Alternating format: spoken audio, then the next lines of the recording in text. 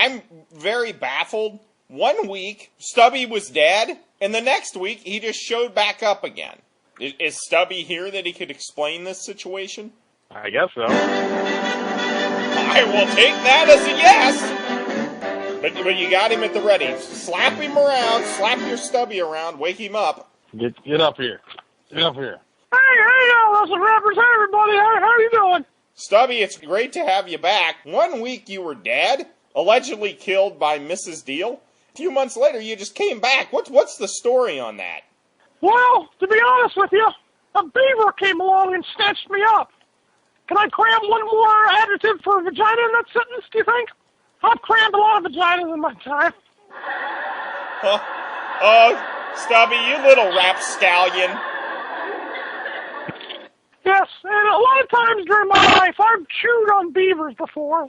But this is the first time a beaver actually chewed on me. Oh, Stubby. Anyway, guys, you were wondering where I was for 3 months. I was, Are you too drunk to use the phone, Stubby? I was living with the beaver. Eventually, I grew tired of it. I had to leave. Why is that, Stubby? Because nobody likes a sloppy beaver. Oh, Stubby, you're here just to laugh a minute, buddy. Yeah. Woo! Hey, be sure to come back next week when I recycle more of Beaver Cleavage's jokes. Until then, oh, fuck you. What the what?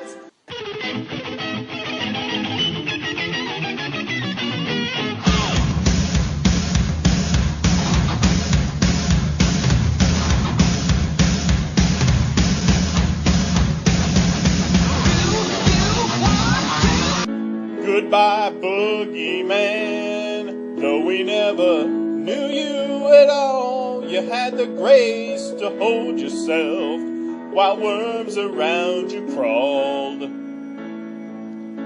You'd bring all those flocks to ringside. I bet you were never ever late, well, until you smashed the clock right upside your face. And it seems to me you left the dine on a Jillian's chin, always scaring tiny midgets and Palmer Cannon. And I would have liked to known you, but I was just a mark. Can't believe you're really gone. You broke my plastic heart.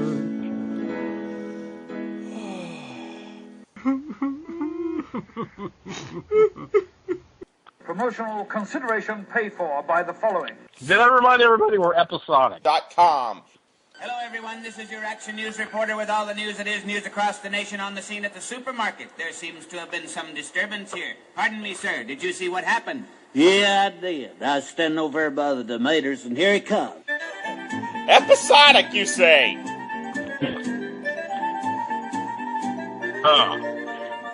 Oh, what happy, happy music. Don't you love this music? Doesn't it just make you happy? It does make me happy. Everybody's happy when it's time for Artie's weekly trip to the grocery. The Starosaurus. Oh, he's back! Life is great. Life is great. Life's even better with what I found at the Food Mart this week. Get this, vanilla milkshake Pop-Tarts. They're so fantastic. Don't toast these, kids. Once you toast it, it tastes all gooey and weird.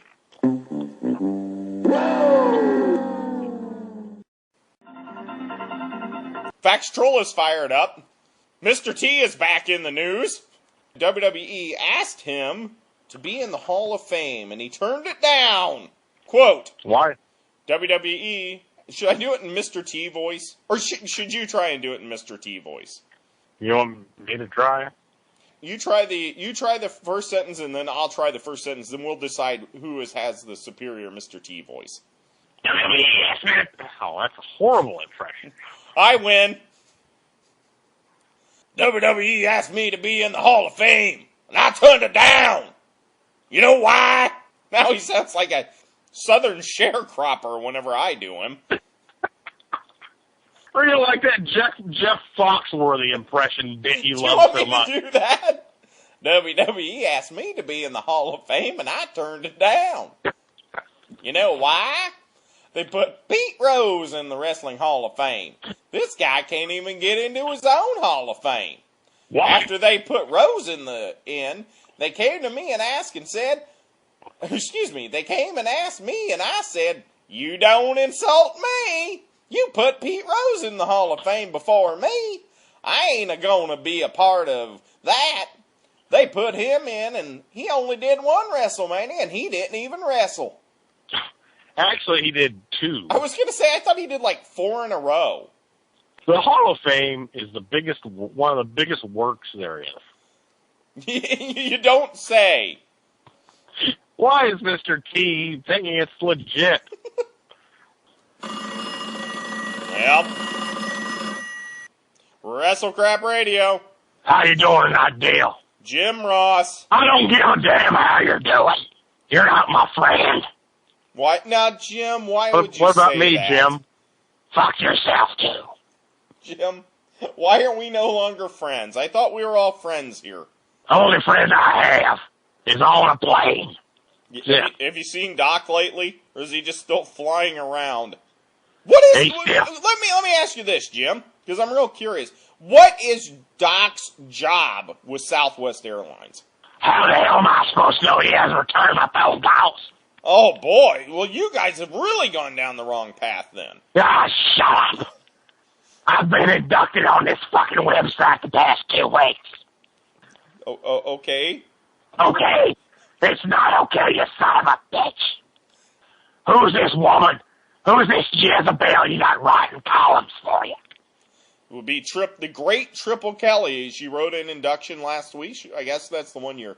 Bill Watts never handed Dark Journey the book. Right. And you know where Bill Watts is going? He's going into the Hall of Fame. Right. Are you going into the Hall of Fame? No, I'm not going into the Hall of Fame. Didn't think so. Shove these inductions up your fucking ass. Jim. Radio Amor. A $25 gift.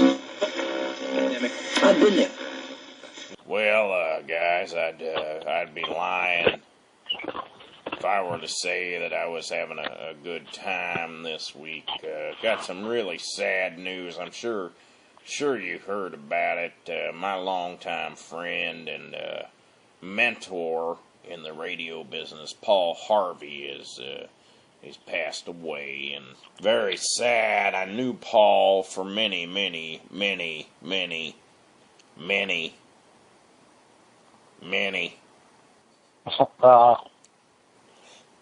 years. It's a sad day at the Czech household. It's my sympathies. He was way too young. He was way too young to be leaving us. Very sad that Paul is no longer with us. I liked Paul, but he was 90 years old, sir.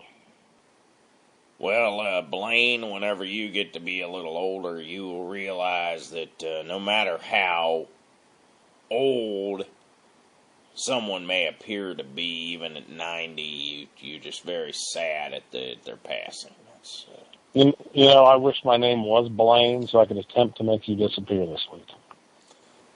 Don't know that I understand the reference that you're making there. I think I'd rather talk. Yeah. Do you mind if I give I should probably tell a story about whenever. Please tell us another interesting story. Preferably with a bunch of old men in a dusty town, in a dusty time. Well, I remember back in the day when he and I were working the big city. We were working the New York market, and I was under his wing. And you probably know his, I don't know if you want to call it. I'm trying to get you guys up to speed with the radio lingo, with the radio jargon. One of his catchphrases was when he would say page 2. He would say that. I'm sure you'd heard him say that. That was actually something he had taken from me. It was a mistake I made, a greenhorn mistake I had made when I was reading some ad copy for Purina Dog Chow.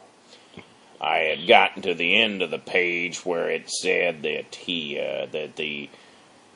the dog food, you just pour water into the bowl with the dog food and it would make its own gravy. Interesting. At the bottom of the page, it actually said page 2, and I actually accidentally read that on the air. And Paul thought that was just very comical, and that was, anytime he said page 2, that was a tribute to yours truly, which I thought was just a wonderful thing he did. He was a wonderful man. I almost can't wait till we can do a literal tribute to you. Mike, as fascinating as it is hearing you talk about Paul Harvey, could you just get to the TNA news this week? Well, it was interesting watching TNA because I saw another old colleague of mine, Don West. I don't know if I've ever mentioned it, but I used to work the El Paso market at KSII, the KISS. After I left the gig at KISS in El Paso, I headed south, and that's where I met Don West. We were both working the Laredo market at KCZO. They called it Kazoo 92, and it was a nice gig at working there at the Kazoo. They do a big festival every spring. They called it Kazoo Fest. People they'd just come from all over the county, and they'd bring their kazoos out, and they'd play the kazoo. And I remember the winner of the Kazoo Fest one year. He was this feller. He played Inagata Davida. He played the whole thing. Didn't even take a breath. I'm telling you, that was something else. He was awarded a crown, and his title, of course, was that he was the Great Kazoo. Well, the reason that I was bringing up Kazoo 92, that's actually where Don West and I met. He and I actually did the afternoon shift. Laredo is right at the Texas-Mexico border, so we had a very large Hispanic population. I thought it would be Don West was working there, and he and I worked together. He worked as Don West, but I thought we needed to have a bit more of a Hispanic persona, I thought, would play well in that market with Don West. So I adopted a Hispanic persona. I would go around town wearing a sombrero, and I grew a big mustache, try and fit in with the local population. Also changed my name. I was no longer Mike Check on Kazoo 92. I was actually Juan Sanchez. Don West and I, we became the Don Juan Fiesta Drive. Wow. I don't think people actually believed I was part Mexican. Sadly, the show only lasted about 2 weeks. Oh, it's tragic. The Don Juan Fiesta Drive was canceled. He actually picked up his microphone, threw it at me. He called me every name in the book. It was an ugly side of Don West that I don't think anybody had ever seen until this week on TNA. Yeah, I saw the ugly side of Don West. Now everybody's seeing it. He wasn't just Don West. He was Wild Wild West. Here on the Whacker.